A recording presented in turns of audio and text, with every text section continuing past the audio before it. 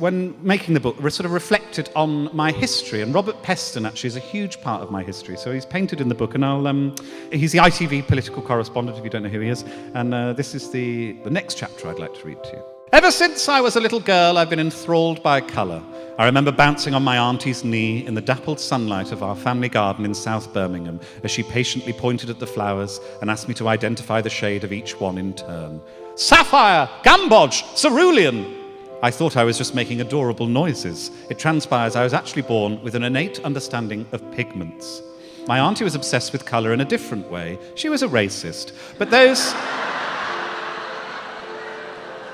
halcyon days beneath the pear trees would form the boy, and then the teenager, and then the teen, and then the young woman, and now the disgraced man I have become today. It's not been an easy journey. In the hot summer of 1994, around my 6th birthday, my parents took me on a trip to London to kickstart my career in show business. I had a beautiful and an angelic singing voice, which was once described by the pre-audition team on The X Factor as nice but not quite right. And so my mother and father strongly believed I could and should be a child star. Having grown up in Birmingham, the bright lights of the capital seemed brighter than any I had seen. London was way different back then. No mobile phones, no Elizabeth line, no congestion charging zone. You didn't really have to respect women, and no one would judge you if you kicked a gay person over. Simpler, happier times. No branches of Leon, Wasabi, or Five Guys, but there was, as there is now, and has always been, and is now, a Boots. As there always was.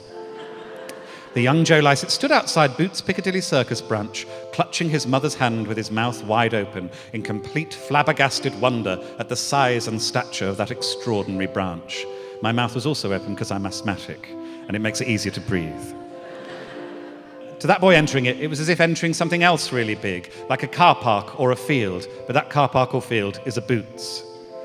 Also perusing the shelves of Boots that day, picking up some ibuprofen and a sandwich, was Robert Peston. At that time, he was working at the Financial Times, a thin, bespectacled man with a perennial look of concern on his face. Fate colluded that day so that both Peston and I found ourselves staring into the famous long Boots sandwich fridge at exactly the same moment. There's a lot of sandwiches, aren't there, little fella? That's my impression of Peston. He said, smiling down at me. He was stood next to and clearly angling for a prawn sandwich. I clung to my mother's leg, saying nothing. Oh, yes, there are a lot of sandwiches. You like sandwiches, don't you? She said, encouraging me to engage. Yet I sensed from subtle movements in her leg that she too was brimming with fear. I nodded, that's all I had. Words had become as elusive to me as the meaning of the universe, or the reason that Eamon Holmes does what he does. And what sort of sandwiches do you like, chap? Peston was trying his best. Chicken? I shook my head. Oh, okay. Cheese ploughman's? I shook it again. He had only one option left. Prawn? I didn't even really like prawns, but in that moment the sound of the word was almost soothing. I nodded enthusiastically. Robert let out a deep sound resembling an O, but it was more abstract than that. Well, that is a surprise. I didn't think you liked prawns, said Mother, effortlessly transforming from caregiver to snitch. Gosh, okay, well, that does put us in quite a quandary, because I too was hoping for a prawn sandwich, and I don't know if you've noticed, but there's only one prawn sandwich left. He literally had his hand on the fucking thing. My eyes darted round the fridge like darts in a fridge. The bastard was right, only one prawn sandwich, Peston's fingers already caressing the waxy cardboard box. I'm sure you can have a different sandwich, little Joe. You like cheese, don't you? My mother had now assumed the role of his chief negotiator. The woman had thrown me under the bus. Brackets, this is a turn of phrase, and for legal reasons I should clarify my mother has never once thrown me under a bus, but did once try and push me into a canal. Oh, I can go and find somewhere else to get one, Peston said, unconvincingly. The saliva was practically dripping out of the guy's mouth for that prawn sandwich. Don't be silly, Joe doesn't even really like prawns. You take it honestly, said the scab, my mother. Cheers, little fella, he said as he floated away gleefully holding what I will forever be considered to be my prawn sandwich. The rest of the trip to London was completely ruined. I refused any other sort of sandwich, and Mum started ignoring me, which I later learned is a parenting technique.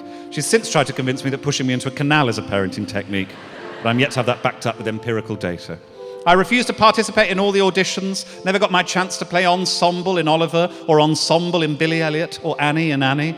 And what's more, I'd become undeniably obsessed with prawns. On one day alone, I estimate I ate approximately 300 prawns. This is all true. This is a very sad story for me. I began to throw them back like roasted nuts. They don't tell you on the packaging because they presume you're only going to have a few, but eating 300 prawns is really bad for you. I began to take time out of school, missing out on further sporting and academic opportunities, and my friendship group dwindled to one lad called Andy, brackets, his dad was a fishmonger.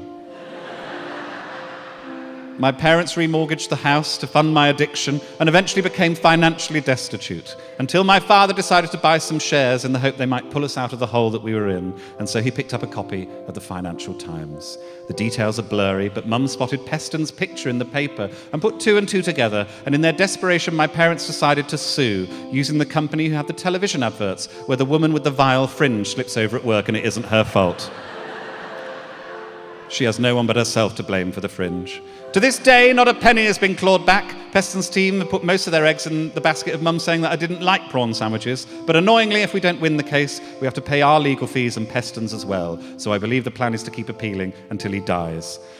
To recoup some of the fees, I did this painting of Peston in jail where he belongs, for scuppering my chances of childhood stardom. The painting was purchased for £8 million by Steph McGovern. All true. A few years after that first encounter with Peston, whilst walking along one of Birmingham's canals, Mum asked me what I wanted for lunch, and I said prawns, and in what she later described to the social services as an unfortunate, ill-tempered moment, pushed me into the water saying, "See if you can find any in there, you little twat." It's the Peston chapter. Thank you very much. Thank you.